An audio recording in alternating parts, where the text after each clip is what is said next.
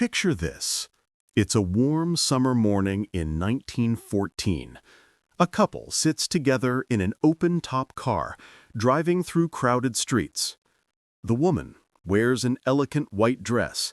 The man is in full military regalia. They're smiling, waving at the crowds.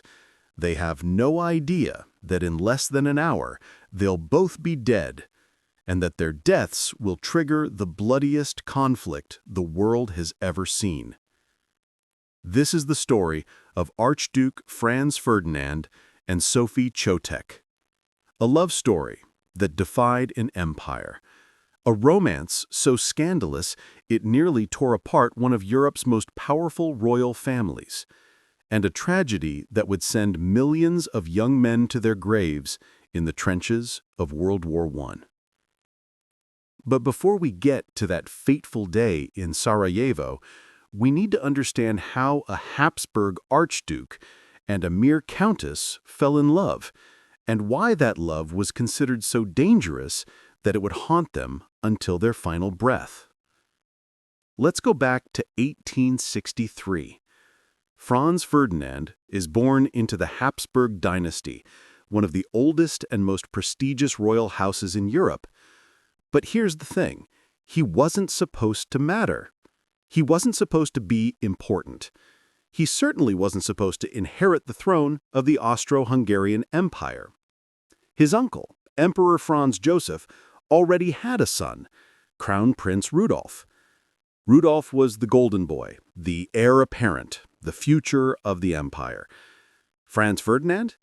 He was just another archduke, a spare part in the massive Habsburg machine. But then, everything changed. In January 1889, Crown Prince Rudolf did something that shocked Europe to its core. He took his teenage mistress to a hunting lodge called Meierling, and there, in what can only be described as a murder-suicide pact, he killed her and then himself. The scandal was enormous. The empire was in chaos, and suddenly the line of succession had to be redrawn. Rudolf had only one legitimate child, a daughter, and in those days, daughters didn't count. The throne needed a male heir. So the inheritance passed to Franz Ferdinand's father, Archduke Karl Ludwig. When Karl Ludwig died in 1896, probably from drinking contaminated water from the Jordan River during a pilgrimage? Yes, really. Franz Ferdinand found himself in a position he'd never expected to be in. He was now the heir presumptive to one of the most powerful empires in the world, and that's when his problems really began. Being the heir to the Austro-Hungarian throne came with a lot of rules. And the most important rule of all, who you could marry. It wasn't enough to marry a princess. She had to be a Catholic princess, from a family of impeccable breeding, from one of Europe's reigning royal houses. And she had to be approved by Emperor Franz Joseph himself. The royal matchmakers got to work immediately. They paraded eligible princesses in front of Franz Ferdinand like he was shopping for a new horse. But Franz Ferdinand wasn't interested. He rejected every single one of them. Then he met Sophie Chotek.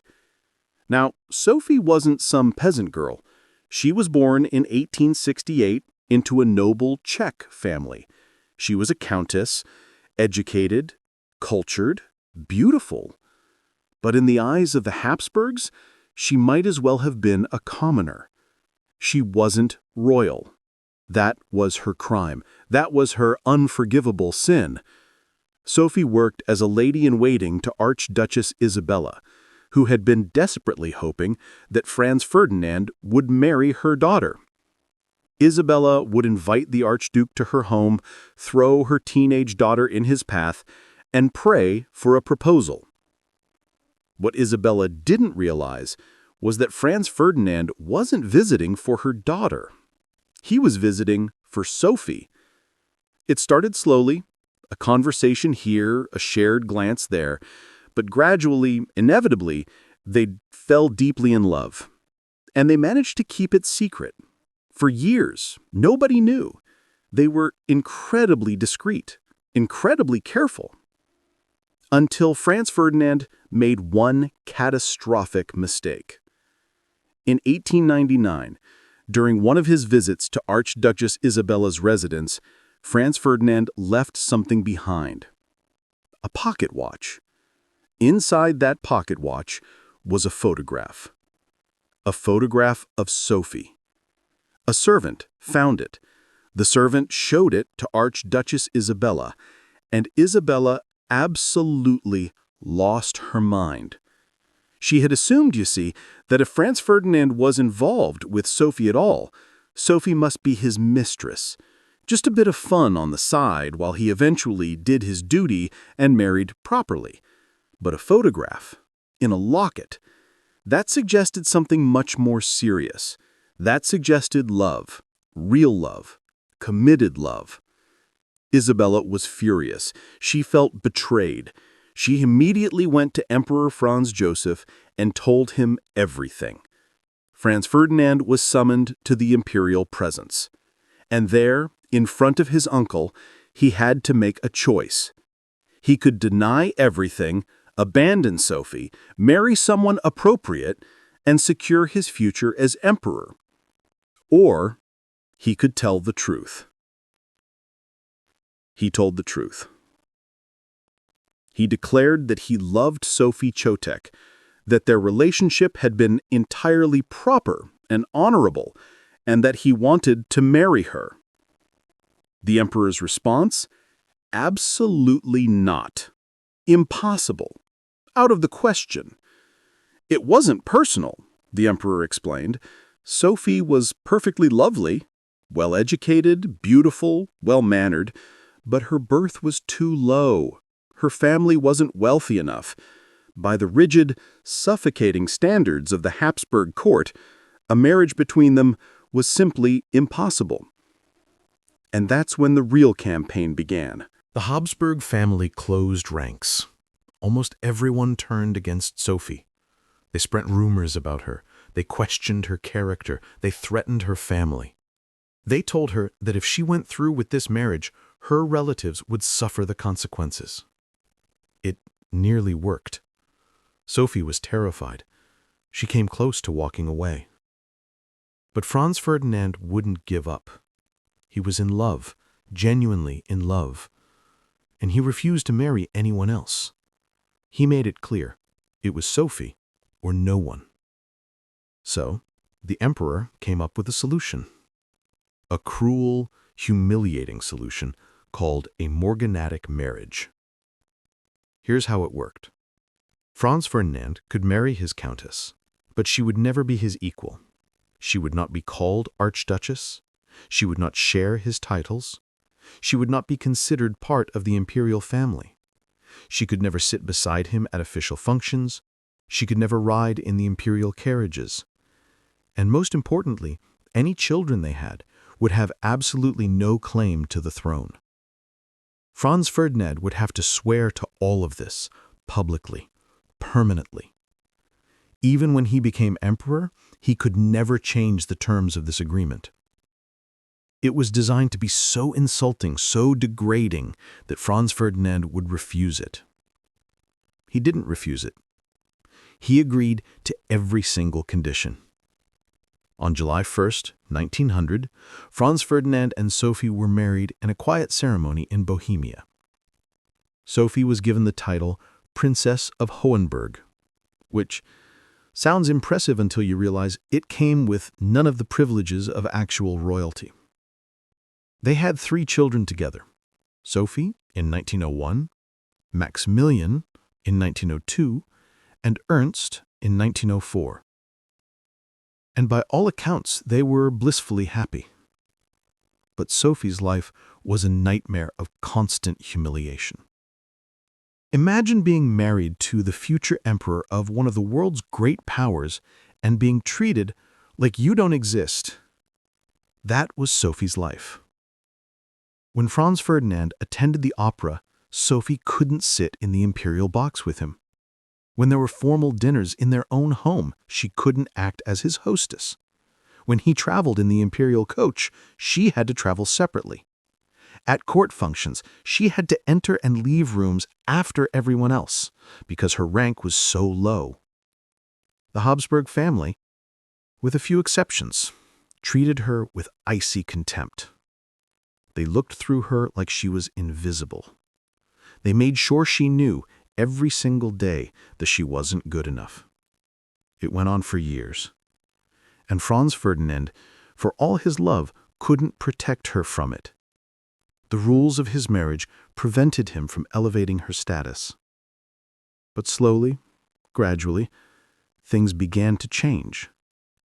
In 1905, Sophie's title was upgraded. She became Her Serene Highness. In 1909, Romania's king specifically invited her to accompany Franz Ferdinand on a state visit, a deliberate snub to the Austrian court. Kaiser Wilhelm of Germany, when he met Sophie that same year, was charmed by her. And then Emperor Franz Joseph himself made her Her Highness Duchess of Hohenberg. It was a significant promotion. In the Austrian system, a duchess actually outranked a princess. Sophie was still not Franz Ferdinand's equal. He was an archduke, but it was a vast improvement. She was given her own security detail. She could patronize charities. She could attend some official functions with her husband. The tide was turning. The rules were relaxing. Sophie was finally being accepted. And ironically, it was this gradual acceptance, this relaxation of the old prohibitions, that would lead directly to her death. Now, we need to talk about the political situation in 1914, because without understanding this, the assassination makes no sense. The Austro-Hungarian Empire had annexed Bosnia-Herzegovina in 1908. The Bosnian Serbs hated this. They wanted to be united with Serbia, not ruled by Austria-Hungary. Serbian nationalism was on the rise, and it was becoming increasingly violent. Sarajevo, the capital of Bosnia, was a tinderbox. Anti-Austrian sentiment ran deep. There had been threats, protests, and whispers of violence for years. So naturally, that's exactly where Franz Ferdinand was scheduled to visit in late June 1914. Officially, he was going to observe military maneuvers, but some historians believe the real reason was that Sophie wanted to be recognized publicly as his consort on an official trip. Others argued that she'd already been on successful trips to Britain, Germany, and Romania, so she didn't need Bosnia's approval. Whatever the reason, both of them were going. And 10 years ago, when Sophie wasn't allowed to accompany Franz Ferdinand anywhere, this trip would never have happened. But the rules had changed. Sophie could travel with him now. Sophie could appear beside him publicly now. So, they both went to Bosnia. Together. It was a death sentence. The Governor-General of Bosnia was a man named Oskar Potiorek, and Potiorek wanted to make this trip a big deal.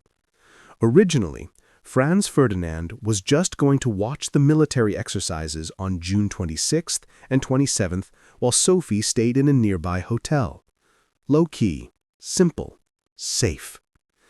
But Potiorek pushed for more. He wanted the Archduke to visit Sarajevo itself on June 28th for official events. He wanted the prestige of hosting the heir to the throne. He wanted to show off.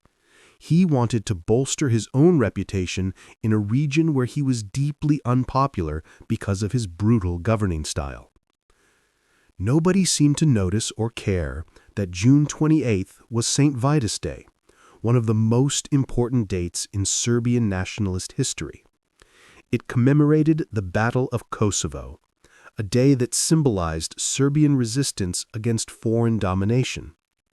In other words, it was literally the worst possible day to have the heir to the throne of the occupying empire visit Sarajevo.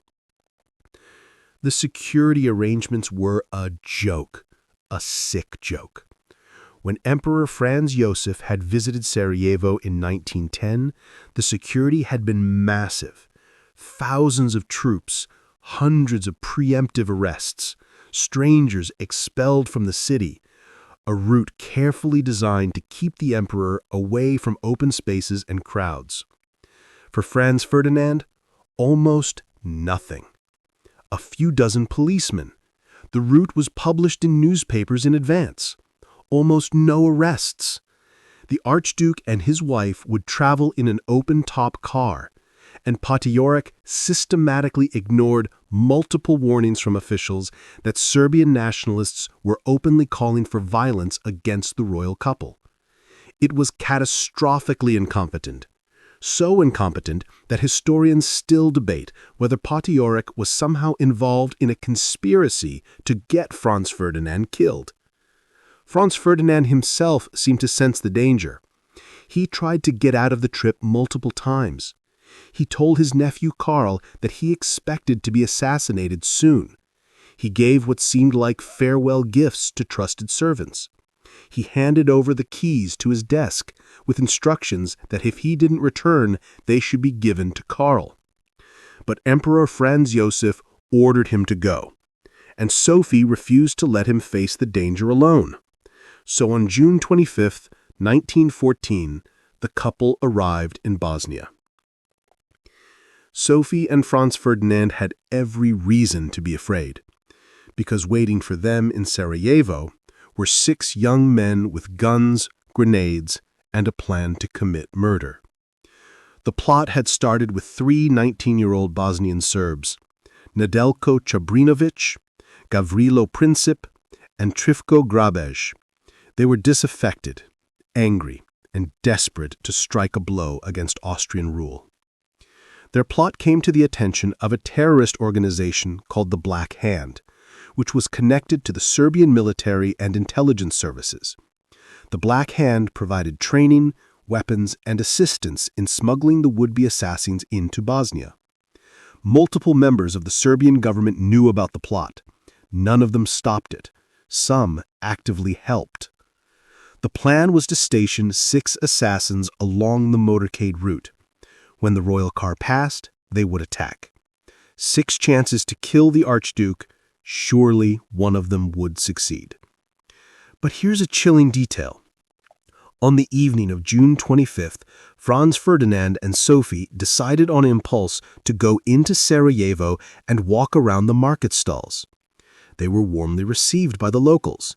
They browsed. They smiled. They had no security. And standing in that crowd, just a few feet away from them, was Gavrilo Princip, armed, ready, watching. He considered killing Franz Ferdinand right then and there, but he didn't. Maybe it was because of Sophie's presence. Maybe it was because there was a policeman nearby. We'll never know. Another conspirator, Čabrinović, was in the crowd too.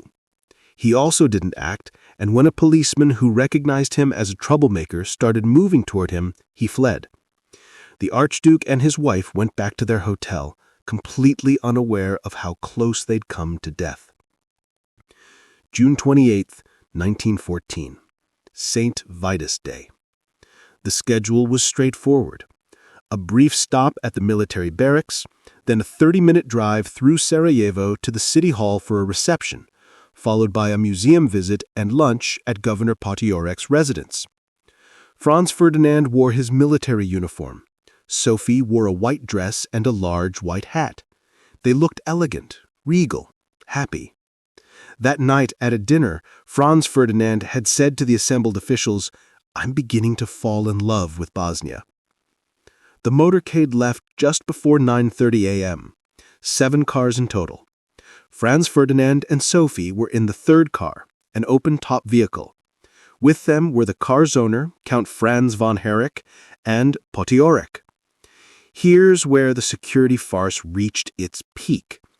When they got into the car, their own security officers were prevented from joining the motorcade by local police officers who took their places instead. The route took them onto a street called Apelquay, running along the riverbank. The 6 assassins were spread out along this route, mixed in with the largely unpoliced crowds. It was just after 10 a.m. when the motorcade came into view of the first assassin, Mehmed Mehmedabash. He was supposed to attack. He did nothing. Later, he claimed he'd been put off by the sight of a nearby policeman. The motorcade continued. At 10:10 a.m., they reached the second assassin, Nedeljko Chabrinovich. He threw a grenade at the car. The drivers saw it coming. He accelerated hard. The grenade bounced off the back of the car, rolled underneath the vehicle behind them, and exploded. 2 people in that car were seriously injured. Another 20 in the crowd were hurt by shrapnel. Sophie was hit in the back of the neck by a small piece of debris, but it was only a minor wound. Chabrinovich ran. He jumped into the river and swallowed cyanide, trying to kill himself. The cyanide failed. It was probably too old to work. He was dragged out of the water and arrested. Franz Ferdinand was furious. He ordered Potiorek to stop the motorcade, assess the situation, made sure Sophie was all right, and then ordered them to continue to the city hall at high speed. The other 4 assassins saw the speeding cars pass by. None of them acted.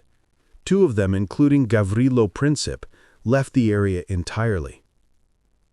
At the city hall, the officials hadn't yet heard about the attack. The mayor began his prepared welcoming speech. Franz Ferdinand cut him off. "What kind of devotion is this? I come to Sarajevo and I'm greeted by bombs. It is outrageous." He calmed down enough to get through the ceremony. He accepted the mayor's remarks. He made a short speech of his own, and then they had to decide what to do next. The plan had been to visit a museum, then have lunch. Franz Ferdinand wanted to change the plan. He wanted to visit the people who'd been injured in the hospital. He was worried about more assassins. Potiorek assured him it would be fine. And when Franz Ferdinand's staff suggested various ways to improve security for the remainder of the visit, Potiorek vetoed all of them. The route to the hospital would take them back down Apple Quay. But in all the chaos and confusion, nobody bothered to tell the driver about the change in plans. Franz Ferdinand wanted Sophie to take a different car, to reduce the risk if there was another attack. Sophie refused. She would not leave his side. It was a decision that sealed her fate. At 10:45 a.m., they left the city hall. You can see them in a photograph taken just moments before. Sophie in her white dress, Franz Ferdinand beside her, both looking calm, composed. The car began driving down the street. 2 of the assassins were still lurking in the area. The car passed one of them, Trifko Brabish. He didn't act. Then, because nobody had told the driver about the route change, he made a wrong turn. He swung the car onto Franz Josef Street. Potiorek realized the mistake immediately and shouted at the driver. The driver hit the brakes. The car stalled. And it stalled directly in front of Gavrilo Princip, who was standing outside a delicatessen. Gavrilo Princip couldn't believe his luck. The car was right there, right in front of him, stationary. Later, he claimed he hesitated because of Sophie's presence. Whether that's true or just something he said to make himself look more noble, we'll never know. What we do know is that he pulled out his pistol, stepped forward, and fired 2 shots at point-blank range. The first bullet hit Franz Ferdinand in the throat. The second hit Sophie in the abdomen. In the car, the situation was immediately critical. Blood began trickling from Franz Ferdinand's mouth. He muttered, Sophie, sterb nicht, bleibe am Leben für unsere Kinder. Sophie, Sophie, don't die. Stay alive for our children. Sophie saw the blood. She screamed, For heaven's sake, what has happened to you? Then she collapsed across his lap. Everyone thought she'd fainted. Franz Ferdinand knew better. He kept murmuring to her, Sophie, Sophie, don't die. Stay alive for our children." Then he slumped forward. The car raced to Post-Yorik's residence nearby. When they asked Franz Ferdinand if he was in pain, he whispered, "It's nothing. It's nothing." Then he stopped speaking altogether. They arrived at around 11 a.m. The couple were carried inside and laid out in separate rooms. When they removed Franz Ferdinand's collar, they could see the wound, just above his collarbone on the right side. He was bleeding out. There was nothing they could do. He died within minutes. When they examined Sophie and removed her dress, they found the bullet wound in her abdomen. She had no pulse. She had died in the car, probably within moments of being shot. The bullet had passed through the car door first, picking up a piece of upholstery that plugged the wound. That's why there wasn't obvious blood on her white dress. That's why nobody realized how serious her injury was. She had bled to death internally, while Franz Ferdinand whispered to her to stay alive. They never knew they were already saying goodbye. The bodies were embalmed, placed in coffins, and laid out in the state bedroom at the governor's residence. Sophie's coffin was smaller and less ornate than Franz Ferdinand's. Even in death, they had to emphasize her lower status. The couple were transported back to Vienna, arriving on July 2nd. The funeral was the next day, and it was deliberately, insultingly modest. Foreign royals were told not to attend because of Sophie's morganatic status. The lying-in state lasted only 4 hours. Thousands of people queued to pay their respects, most were turned away. At the funeral service itself, the couple's own children, Sophie, Maximilian, and Ernst, were not allowed to attend. Because they were the products of a morganatic marriage, they weren't considered highly ranked enough to sit with their great-uncle the emperor and other imperial family members. The service was stripped down, bare bones, nothing like what the heir to the throne should have received. Only after all the official guests had left were the children finally allowed in to say goodbye to their parents, at 7:30 that evening, alone. At 10 p.m., the coffins were taken to the train station for transport to their final resting place. The procession through Vienna's streets was simple, modest, completely inappropriate for an archduke.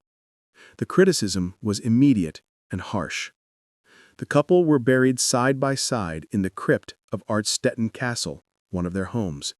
They couldn't be buried in the imperial crypt because Sophie wasn't allowed there. Their tombs are identical, white marble, inscribed in Latin, united in marriage, united by a cruel fate. It was the most tragic end imaginable to a love story that had defied an empire. And it was about to set off a chain reaction that would kill millions. You might think that the assassination wouldn't cause much of a stir. After all, Emperor Franz Joseph was relieved to be rid of his troublesome nephew. Franz Ferdinand hadn't been particularly popular. The funeral was a humiliation. But here's the thing. It didn't matter whether they liked Franz Ferdinand or not. What mattered was that the heir to the Austro-Hungarian throne had been murdered by a conspiracy that involved the Serbian military and government. It was an insult, a challenge, an act that couldn't go unpunished. Germany assured Austria-Hungary of its support if they attacked Serbia. That was the green light the empire needed. On July 23rd, Austria-Hungary presented Serbia with a list of 10 demands. They ranged from suppressing anti-Austrian propaganda to putting suspects on trial. The demands were designed to be unacceptable. Serbia asked Russia for support. Russia said yes. Serbia rejected several of the demands. On July 28th, exactly 1 month after the assassination, Austria-Hungary declared war on Serbia. Russia mobilized to support Serbia. Germany declared war on Russia and invaded France through Belgium. Britain had a treaty to protect Belgium and entered the war on August 4th. World War I had begun. 4 years, 16 million dead, 20 million wounded, empires destroyed, the old world shattered forever. All triggered by 2 bullets on a sunny morning in Sarajevo. As for the young man who pulled the triggers and threw the grenades, most of them didn't live long enough to see the war they'd started. One assassin, Mehmedabaj, escaped and was never caught. The others were tried in October 1914. Under Bosnian law, anyone under 20 couldn't be executed, so Princip, Čebrinović, and Grebej, all 19, received 20-year prison sentences instead of the death penalty. The others received shorter terms. Other conspirators who were old enough were executed in 1915. Gavrilo Princip, the man who fired the fatal shots, died of tuberculosis in April 1918 in a harsh Bohemian prison. He was 23 years old. He'd had one of his arms amputated. He was severely malnourished. He was dying slowly and painfully. To the end, he insisted he wasn't responsible for World War I. To the end, he believed he was a hero of Serbian nationalism.